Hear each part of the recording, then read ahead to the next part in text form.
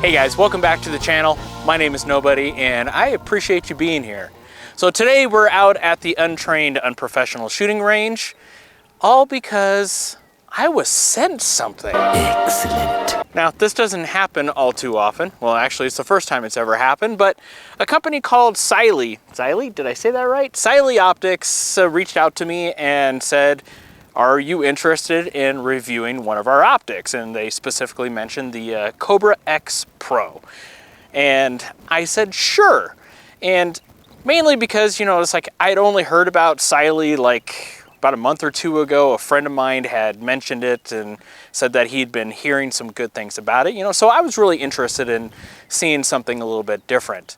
So I asked Cyelee, well, what are your terms, you know, that you would like for this? And they said, basically, we just want you to be objective. And I said, cool, because that's what I was planning on doing anyway. So, the Cobra X Pro. Now, after they reached out to me, you know, I started doing a little bit more research on the Cobra X Pro, and I noticed quite a few videos of people doing some torture tests to this optic, which, here, let's actually look at it this way. To this optic right here.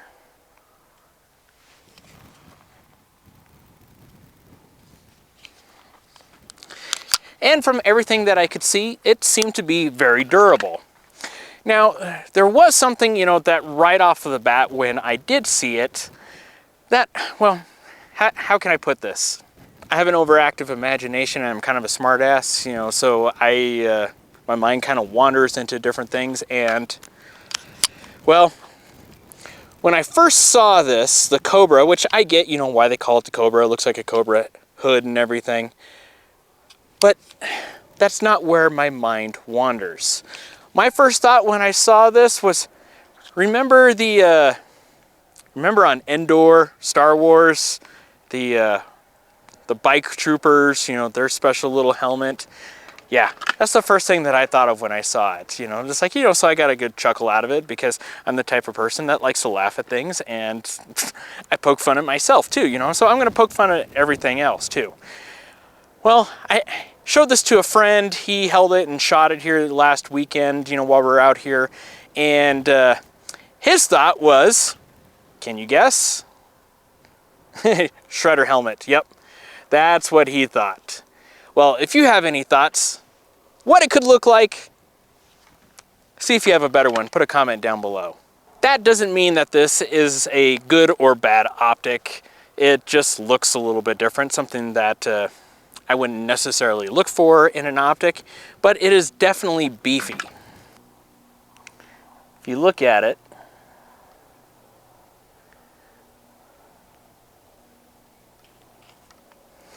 this has some very heavy areas on it, so it doesn't surprise me that it could take a pretty good fall during the drop test. I think it was 6 feet, like 35 ounces, you know, onto concrete is what they called out for. Now, while we're looking at it from this angle, you can see some serrations here milled into the back of the aluminum, which this is 7075 T6 aluminum. I'm assuming they did that, you know, for an anti-glare, you know, which makes sense, and it's a nice little touch. Also, you notice it on the inside of the optic, and then they also have this little step right here, which I guess also can look like the back of a Cobra if you imagine scales and stuff, you know, but that might be to help as well besides clearing for the emitter. Now, on this little hood thing, one of the first things that I thought of was, well, what if you go down to one-handed operation and you got to rack it? Clear gun. All right. Let's say no mag, you need to put a mag in it. You put your mag in, you need to rack it. Trying to go off of the belt here.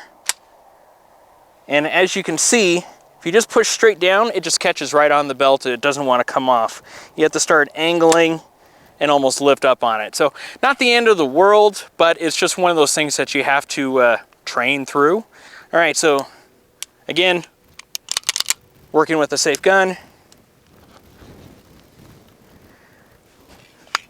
Say for You put your mag in. I'm just going to put this off to the side. You can rack it off of your pants as long as you dig in. And you definitely feel those guys. They let you know it's there, but obviously you're hurt, and that's the last thing you're really going to be worrying about. So you can rack that way. Ow, stickers. Stickers hurt. Wind. Instruction stickers, etc. It comes with a variety of different screws. Ooh, and silica gel, don't eat that. And the nice thing is, instead of just coming with 2 of each size, it actually comes with 3. So if you're prone to losing things, you're going to be okay. Also, just in case if you wanted to mount this on a shoddy, if you know why that's funny, you're lucky. If you're going to mount this on a shoddy or a rifle, it does come with a plate, for you to mount it on. So that was a nice little touch. Gives you a little bit more versatility. Now it does come with a little flathead of 2 different sizes, one for your windage and elevation adjustments, the other one for your battery cover. And the one for your windage and elevation is a smaller one, but I have found that you can actually fit this one in to do it, so you could use it for both. Now for your windage and elevation, you do feel a little bit of tick for every single one, and it is audible. Now if you have ear pro on while you're doing it, you may not hear it, but you should at least be able to feel it if you're paying attention and you're going slow. Now the battery is accessible through the side, so you don't have to remove the optic when you need to change the battery and then re-zero or recheck for 0, so that is really nice. So when I got the box, I noticed that it said that it's made for duty and carry. And that's a pretty high standard. That's a very serious thing to say, and it does lead to certain expectations. Now, one of the things that I noticed on this is that since I come out and I shoot early in the morning during the summertime, because I don't like to melt in the afternoon, so I come out like at 7, 8 o'clock in the morning, and my range faces east. Well, where does the sun rise? It rises from the east. So when I first got this and got it mounted last weekend, I noticed that when on my presentation heading east in the morning, I had a nice big box of reflection around the dot. And some of the aspects were almost as bright as the dot. Not quite, but just enough. And depending on how far you're shooting, that can be an issue. Not to mention, it's like knowing your target, what's beyond it, blah, blah, blah, blah, all that kind of fun stuff. Having a clear distinguished dot with nothing around it to obscure it or obscure your target is kind of important. So that is something that I did not like about the optic. And especially if you're going to put that duty/carry kind of designation on it, I think it would definitely fall short. Now, are they the only optic that does that? No, there are other optics that do that to one degree or another.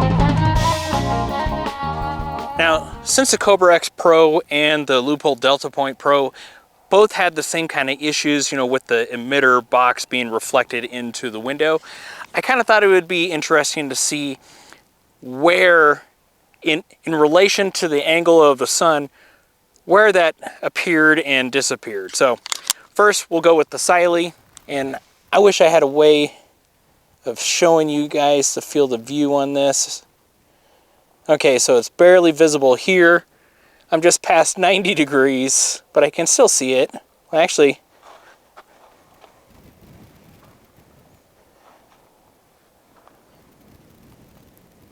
All right, so I can see it's 360 degrees. All right, loophole Delta Point Pro. Okay, the sun is behind a cloud. I'm gonna have to wait for it to reappear, but with the sun behind the cloud, I'm not seeing anything. Let's give it a minute. We got sunshine again. Let's go ahead and see where we are. And right there. So the sun is basically right behind you guys. Shows up. There, and fading. Okay, so the reflection off of the loophole is definitely not as sensitive to the light as the Cyelee Cobra X Pro. Definitely probably something to do with the optics and the coatings that are on there. Also probably whatever voodoo black magic that is done with the emitter itself. I don't know, that's a technical question, not my 40 acres. Just something to think about. Now the question is does this mean that reflection is going to happen all day? No, it doesn't happen all day long. When I first brought it out last weekend when I was shooting with my buddy, his name is Dick, so you can call him Dick, it's fine. Did notice that after a certain point, it's like it was after 10 o'clock, so we'd been out here for a couple hours, it went away. So depending on the conditions that you're going to be shooting in, whether it's indoor or outdoor, the light, how bright, it's like it may not be a concern for you. One thing that I just thought about is, so if you're using this as a duty or a carry weapon and someone flashes a bright light at you, what does that do? I don't know. I want to find out. All right, so I just took my little streamlight and I did shine it into the optic, and yes, you do get the reflection off of the emitter. So if you're in a situation where you're clearing your house or whatever, bad guy hits you with a bright light, 500 lumens plus, that could be an issue to where it obscures and you get the little reflected emitter box. Now, is that going to be enough to deter you from taking accurate shots? Probably not, but it is going to fuzzy up your sight picture. Now, just to give you an idea of the glass size, Cobra, Delta Point Pro, the Delta is obviously a little bit bigger, but the window on the Cobra is a nice size, just give you a nice field of view. Now, just to give you an idea versus a 509, the Cobra is very similar in size. You might have a slight size advantage, on the Cobra, but it's going to be infinitesimal, mostly in the arch where this is a little flatter. The next comparison is against a Holosun 507 Charlie, and as you can see, the Cobra is bigger. And if you're wondering against a little tiny carry optic, this is the EPS carry. So the box does say that it's fully submersible.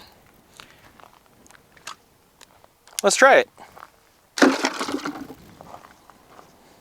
gonna go pick up some brass and let that stew for a moment.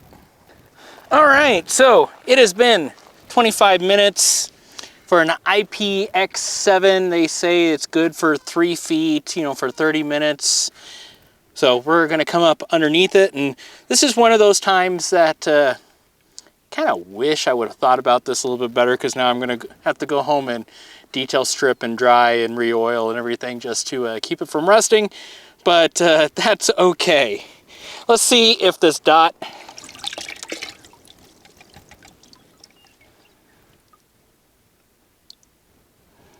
I see a dot here.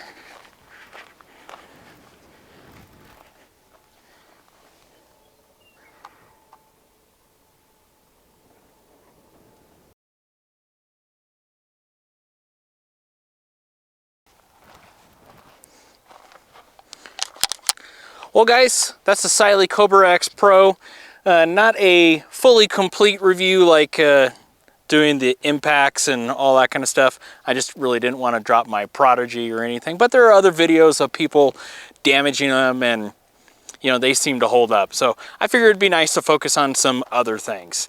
Now, I'm not going to tell you to go out and buy this. I'm also not going to tell you to not go out and buy this, because I think it really comes down to what you are going to use this optic for, and all I can do is just give you my observations to try to help you come up with a good decision. Thanks for watching. Get out to the range.